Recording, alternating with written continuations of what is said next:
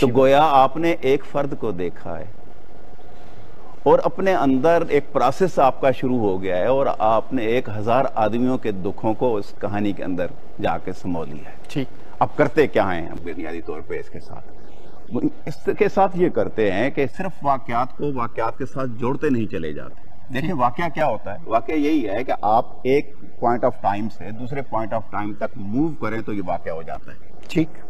اب جو آپ نے یہ جو واقعہ ہے ایک ہے اسے کسی اور واقعے سے جوڑیں گے پھر تیسرے واقعے سے جوڑیں گے تو یہ ایک کہانی بن جائے گی. اس کا آغاز ہو گیا، اس کا وسط ہو گیا، اس کا انجام ہو گیا. اب یہ ٹائم کے سیکوینس میں چل رہا ہے جو کچھ ہم نے لکھا ہے کہانی میں.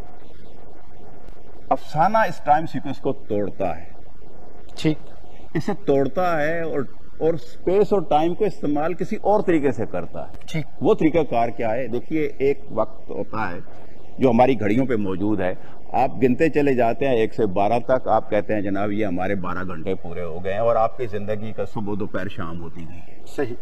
ایک وقت آپ کے اندر ہے وہ اس طرح نہیں چلتا. وہ کیسے چلتا ہے؟ میں یہاں سے وہاں جانا چاہتا ہوں اور وہ پھانسی گھاٹ ہے اور مجھے اس پھانسی گھاٹ تک جانا ہے.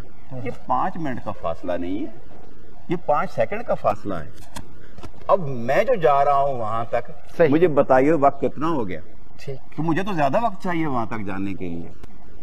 اور شاید جسے آدمی کو یہ پتا چل جائے کہ بھائی آپ نے کل مر جانا ہے، اگرچہ اس کی موت کل ہی ہونی ہے، ایک کو نہیں پتا، ایک کو پتا چل جاتا ہے، تو دونوں کے اوقات میں فرق آئے گا یا نہیں آئے گا؟ بالکل ہے. افسانہ اس وقت کو گرفت میں لیتا ہے جو آپ کے اندر ہوتا ہے. بہت اچھی ڈیفینیشن.